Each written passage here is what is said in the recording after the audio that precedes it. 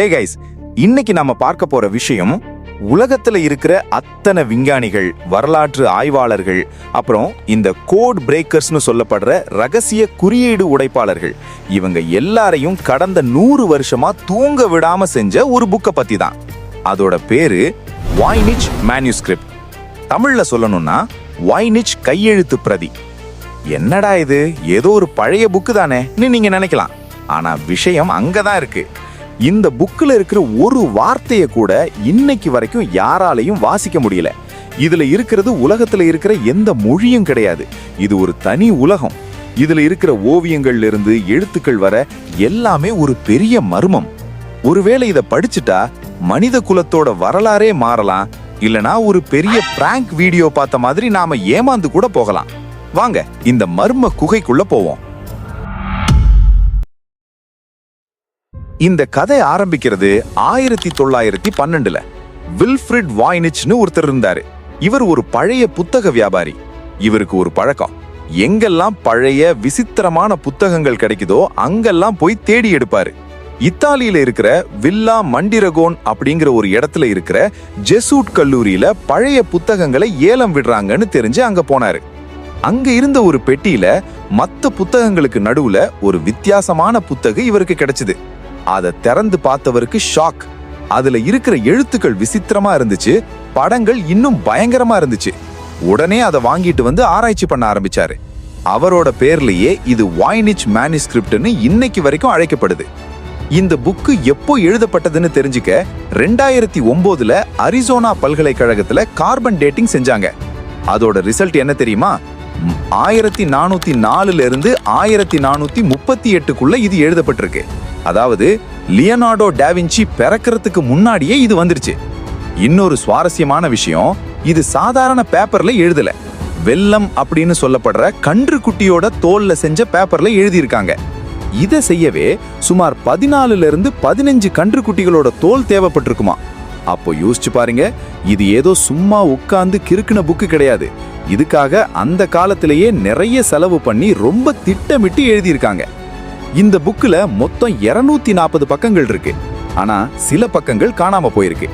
இது ஆராய்ச்சியாளர்கள் 6 பிரிவா பிரிக்கிறாங்க: botany, astronomy, biology, cosmology, pharmaceutical, recipes.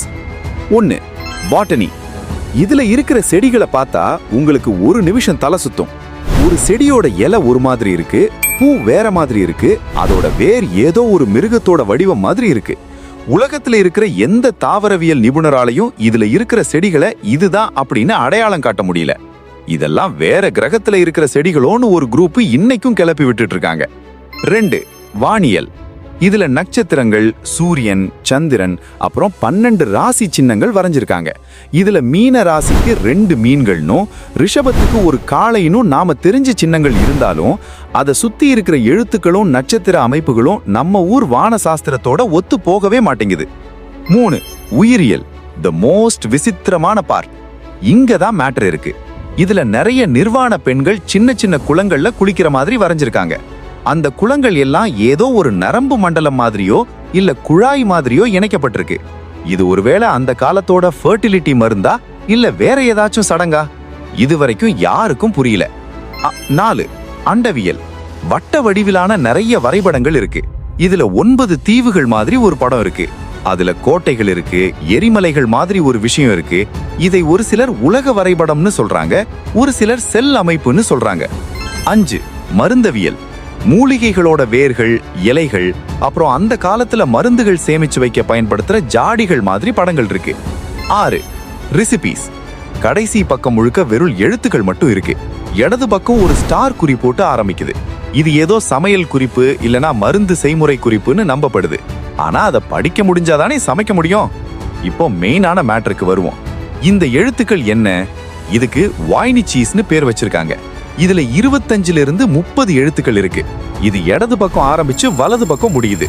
இந்த எழுத்துக்களை கவனிச்சு பார்த்தா எவனோ ஒருத்தன் ரொம்ப தெளிவா வேகமா எழுதியிருக்கான்னு தெரியுது. அதாவது ஒரு விஷயத்தை யோசிச்சு யோசிச்சு பொறுமையா எழுதாம ஒரு ரன்னிங் ஹேண்ட் ரைட்டிங்ல எழுதியிருக்காங்க. இதுல எந்த இடத்துலயும் ஒரு அடிச்சு எழுதின அடையாளமே இல்ல. ஆராய்ச்சியாளர்கள் இதை ஜிப் விதிப்படி செக் பண்ணாங்க. ஒரு முறையான மொழியில ஒரு வார்த்தை எத்தனை முறை வரும் அப்படிங்கிற ஒரு கணக்கு இருக்கு. ஆச்சரியமான விஷயம் என்னன்னா, இந்த புக்கு அந்த கணக்கோட சரியா ஒத்து போகுது. அப்படின்னா இது சும்மா கிறுக்கல் கிடையாது, இது ஒரு உண்மையான மொழி. ஆனா அது என்ன மொழின்னு தான் 600 வருஷமா தெரியல. 2ஆம் உலகப் போர்ல ஜப்பானோட பர்பிள் கோட் ரகசியங்களை உடைச்ச வில்லியம் ஃப்ரைட்மேன் அப்படிங்கிற ஒரு ஜாம்பவான் இருந்தாரு. அவர் தன்னோட வாழ்நாள்ல கடைசி 30 வருஷத்தை இந்த புக்கை உடைக்கிறதுக்காகவே செலவு பண்ணாரு. கடைசியில அவர் சொன்னது என்ன தெரியுமா? எனக்கு ஒன்னும் புரியலப்பா, இது ஒரு செயற்கையான மொழின்னு சொல்லிட்டு போயிட்டாரு. அவருக்கு அப்புறம் வந்த computer algorithms, AI, artificial intelligence வரைக்கும் எல்லாரையும் இது ஒரு கை பார்த்துருச்சு. ஒரு சிலர் இதுல இருக்கிறது ஹீப்ரு மொழிங்கிறாங்க, ஒரு சிலர் லத்தீன்கிறாங்க. ஆனா ஒருத்தரோட கண்டுபிடிப்பு இன்னொருத்தரோட மேட்சே ஆகல. யாராலையும் இதை கண்டுபிடிக்க முடியலன்னதும் ஆளாளுக்கு ஒரு கதையை கிளப்பி விட்டுட்டாங்க. ஏலியன் கையேடு. ஒரு ஏலியன் பூமிக்கு வந்துட்டு போகும்போது அவனோட டைரியை இங்கேயே மறந்து வச்சுட்டு போயிட்டான். அதுல அவன் பார்த்த செடிய பொண்ணுங்களை வரைஞ்சு வச்சிருக்கான். Time traveller. ஒருத்தன் எதிர்காலத்துல இருந்து கடந்த காலத்துக்கு போய் அங்க இருக்கிறவங்களுக்கு புரியாத மொழியில எதையோ எழுதி வச்சுட்டான். Love letter. ஒருத்தன் தான் காதலிச்ச பொண்ணுக்கு யாருக்கும் புரியக்கூடாதுன்னு ரகசிய மொழியில எழுதின காதல் கடிதம் தான் இந்த 240 பக்க புக்கு. இவ்வளவு பெரிய லவ் லெட்டரை எழுதினவன் கண்டிப்பா கொடுத்து வச்சவன் தான். பிராங்க். அந்த காலத்துல ருடால்ஃப் II அப்படிங்கிற ஒரு மன்னர் இருந்தாரு. அவருக்கு இந்த மாதிரி விசித்திரமான பொருட்கள்னா ரொம்ப பிடிக்கும்.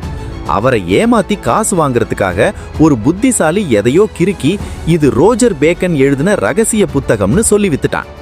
இந்த மர்மமான புத்தகம் இப்போ அமெரிக்காவில் இருக்கிற ஏல் பல்கலைக்கழகத்தோட பெய்னக் அரிய புத்தக நூலகத்துல இருக்கு. இதை ரொம்ப பத்திரமா பாதுகாக்கிறாங்க. 2020ல இதோட எல்லா பக்கங்களையும் டிஜிட்டல் ஸ்கேன் பண்ணி ஆன்லைன்ல விட்டுட்டாங்க.